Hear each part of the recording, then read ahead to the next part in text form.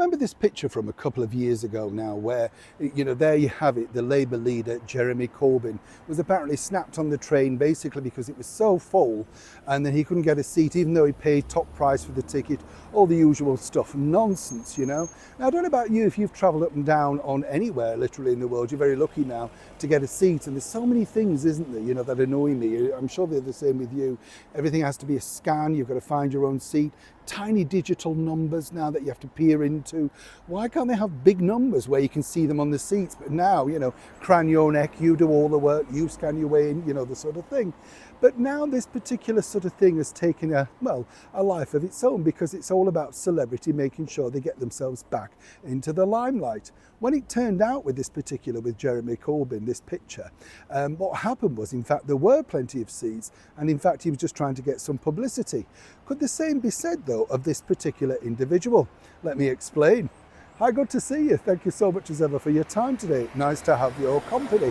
Now, this story, as I say, look at it, it's, about a micro-celebrity, Mariella Frostup, and basically, something of a presenter's name for many years, but not necessarily in the pinnacle of everyday notification, I know who she is because many years ago she worked in the record industry and then, moved herself into TV presenting. I guess her biggest claim to fame is the ongoing friendship with the Hollywood star George Clooney.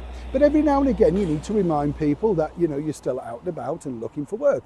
And that's exactly what Mariella did. You see, in a recent journey she detailed on social media how she paid top price to take a seat on a GWR train.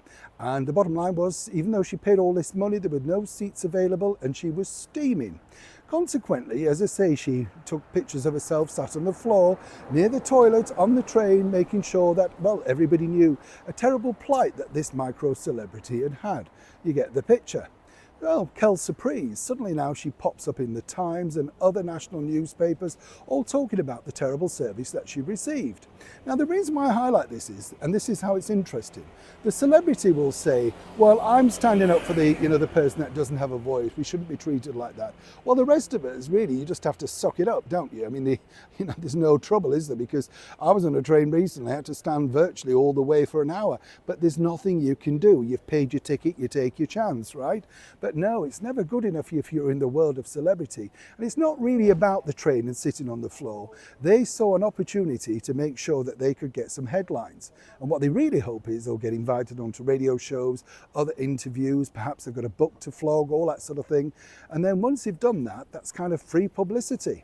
I'm not suggesting for one moment this was Mariella's sort of, original idea. But it certainly paid off sitting on the floor of a train near the toilet. You couldn't buy that sort of publicity for your latest project, could you?